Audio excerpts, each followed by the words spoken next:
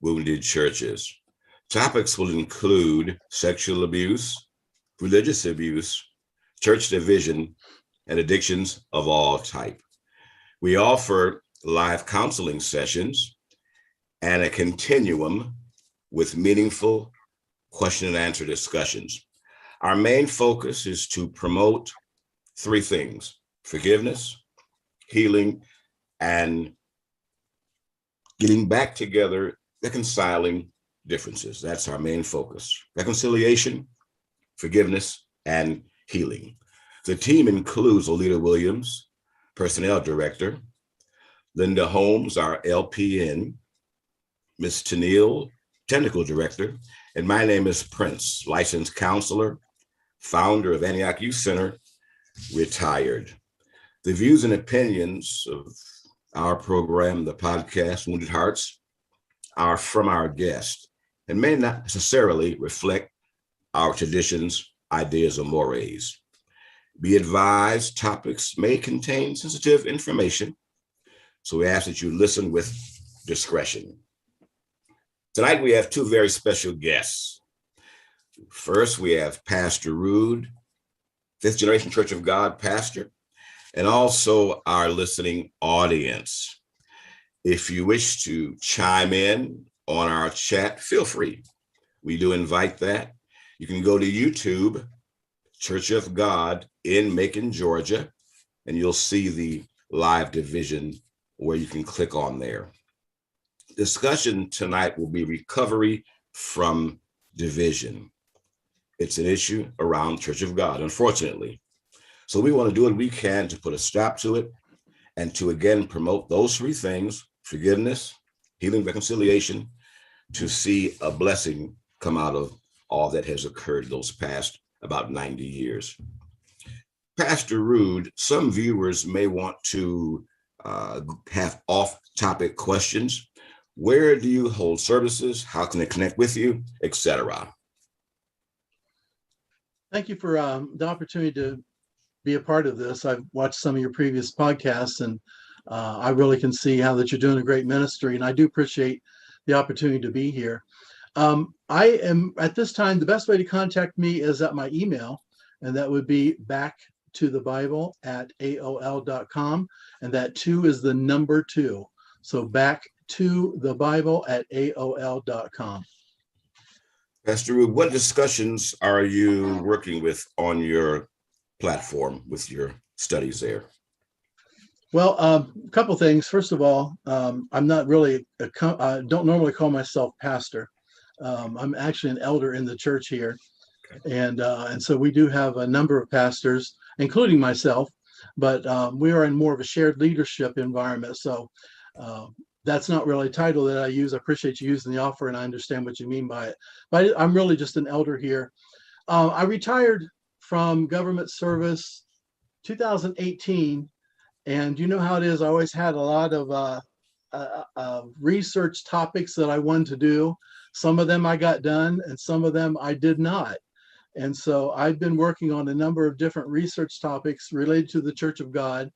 And so I put together PowerPoint presentations and also doing some writing. So there's various topics. When I was in high school, I was not into history at all. But over the years, I've developed a love for history, particularly church history. And so now that I'm retired, I have a little extra time, not a whole lot of time, but I do have a little extra time to do some research. And so that's what I've been doing. Elder Rude, we want to get on point here. And again, we're discussing people with wounds in the church, how they occur. And we're finding out that it's important how issues are handled. I'm quoting now from Wesley's book on perfection, the 1921 edition, page 237. And he quotes, 2 or 3 began imaginations as impressions from God. They supposed that they could not be tempted, not experience pain, and they could discern spirits. Wesley returned a month later, and he's quoting, the hand of the Lord was not stayed. More and more sinners were converted.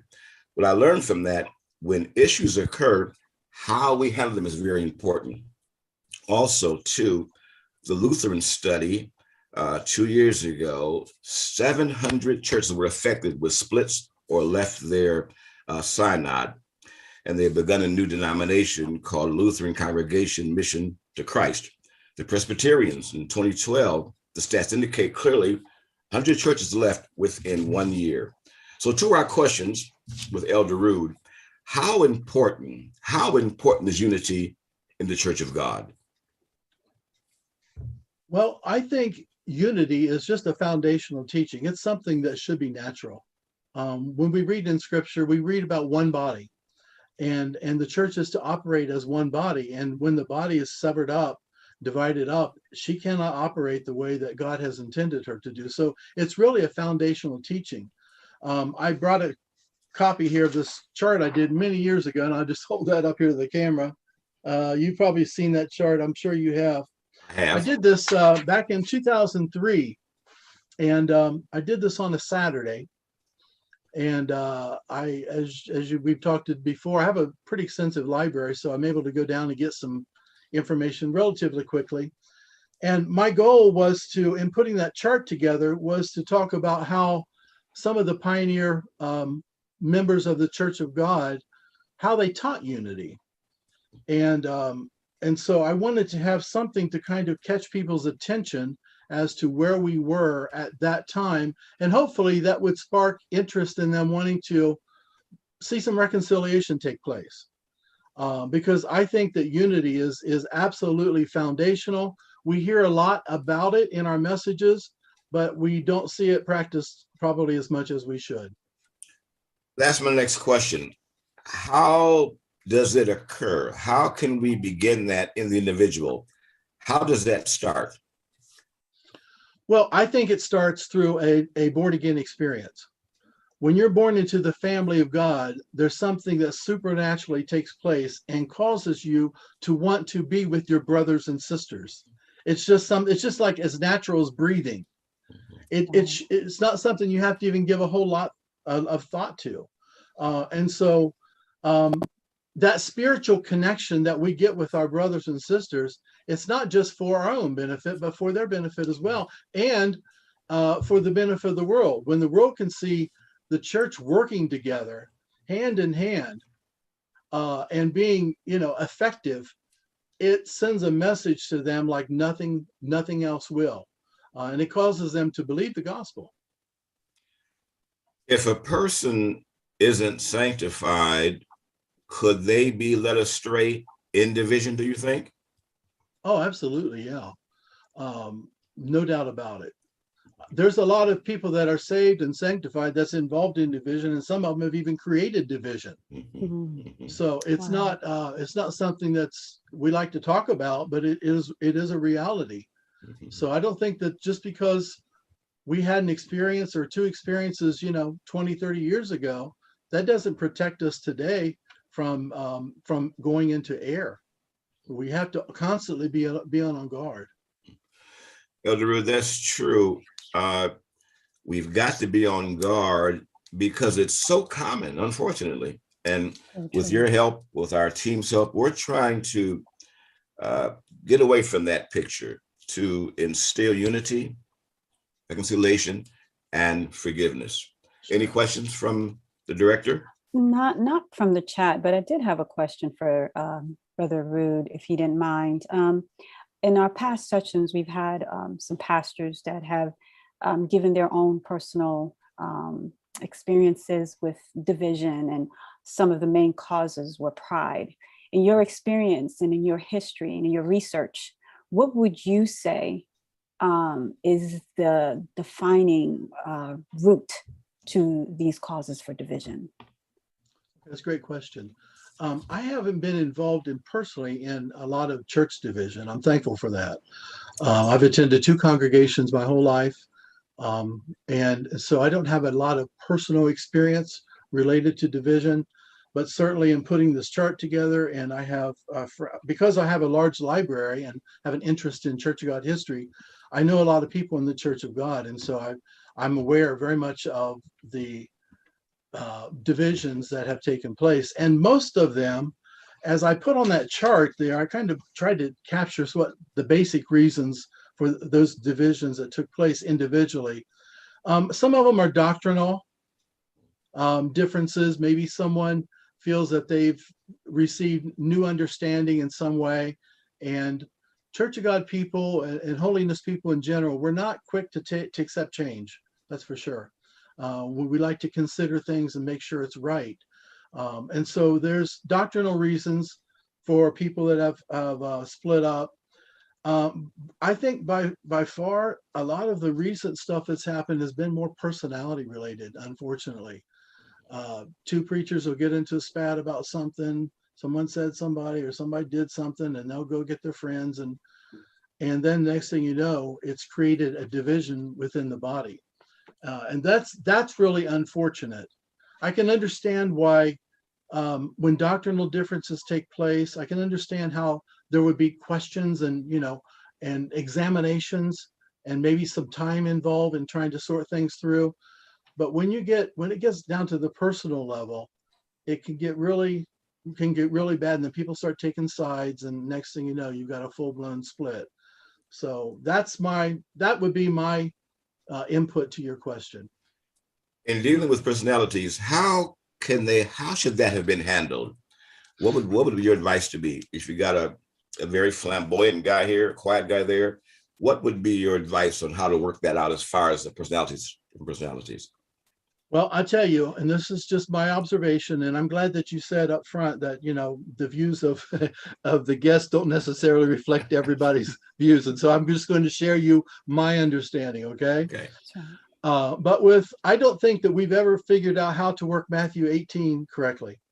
When there's issues between brethren, I don't think we've worked that out. We've done a good job of trying to resolve problems. And the Church of God doesn't seem to understand how to resolve conflict in a reasonable way. And so a lot of times when there's conflict either between saints or between ministers, they'll go off and pick sides and so forth. But I think the solution to that is to follow Matthew 18, 15 through 17, I believe it is, where if I have an issue with somebody, then I should prayerfully take that issue to that person and try to resolve it at the lowest level. Right. I worked in the military, and they always tell you, work things at the lowest level. Don't bring stuff to the top unless it can't be resolved. And so they always admonish us, but that's a biblical principle. And so we try to work things out prayerfully between two individuals. If that doesn't work, then we take it before a couple other witnesses. And the reason why we do that is because the more people we get involved, hopefully they've got some gift of discernment, some wisdom of ways to try to get things resolved. Not to get the news out there or try to make more problems or get people to take sides, but take it to unbiased individuals that can hopefully help us work through those problems and identify, where there may be error. If that doesn't work, and God forbid that doesn't work, but if it doesn't work, then we take it to the highest authority on earth. And we don't realize that the highest authority on earth is the church. It's not the leadership. I'm a leader. I don't have any more authority than anybody else does when it comes to this kind of stuff. So we take it to the church. The church listens. And at that point, you should have all the gifts of the Spirit working so that it should be resolved in a peaceful way. If it's not, then the church makes that determination. And unfortunately, if it doesn't get resolved, then, the outcome is not always real favorable. But I can say that in my experience, I'm 59 years old. I don't know that I've ever seen that work personally. I've talked to a lot of other people, and I don't know that I've ever heard anybody say that they've been through that specific process in trying to resolve issues between the individuals. Typically, what happens if a church member has a difference with somebody else, they take it to the pastor or to the leader and then expect him or her to go resolve it. Well, that's not the way it's supposed to be. And so I don't think we have that process. I don't think it's working the way that it should work. And that's just my viewpoint. That's how I see it. Is it possible to have a church split without leaving the congregation? Oh, absolutely. Yeah. In fact, I mean, church splits, they usually split physically long after they split internally, because people will take up sides and, this one's for this cause or this one's for that person. And then you get little groups within the church, and the church, even though they're meeting together, they're not united. It's kind of like buying a puzzle. All the pieces are in the box, but you can't tell what the picture is because they're not together. And so it takes really a desire to be united, to just as you put a puzzle together.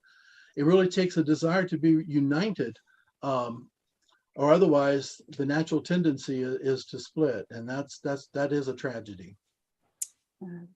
I really enjoyed what your diagram there.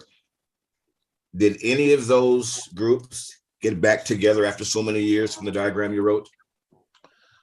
Yes, they did. I'm not because of the diagram, that's for sure, but there are reports of some of the groups that have reconciled, and I love to hear stories like that. And so, I had one minister, when he saw the chart, I think he took offense to the fact that I put that together. Right. And he was kind of shooting the messenger instead of trying to see what the message was, and I didn't create that mess. I was just trying to use it as an example of how we need to work together. And so eventually some of these groups have reconciled, but sadly, since I did that chart back in 2003, there's been a lot more splits have taken place. And you probably couldn't even fit it on one page now. Wow. I think typically what happens is, I ran some statistics on that one time, and every little branch typically has a split about every 10 years on average. And that's sad. We just said our fundamental message is unity, but we've not really practiced it too well, and in too many cases. Elder, let's widen our scope. Wounds that affect church people generally.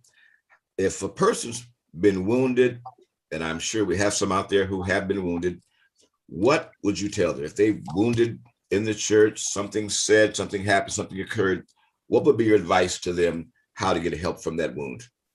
Okay. Well, first of all, where you have people, you're going to have problems. And that's just the way it is. And so there are times when we're all going to have our feelings hurt.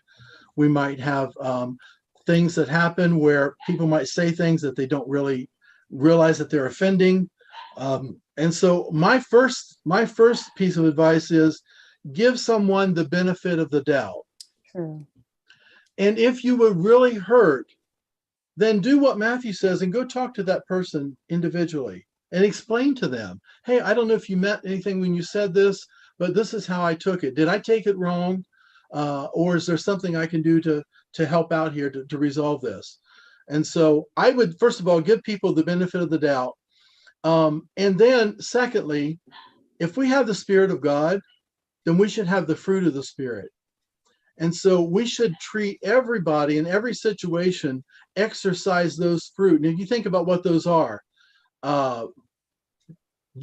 peace, joy, forbearance, kindness, just a little kindness, kill them with kindness if necessary, yes.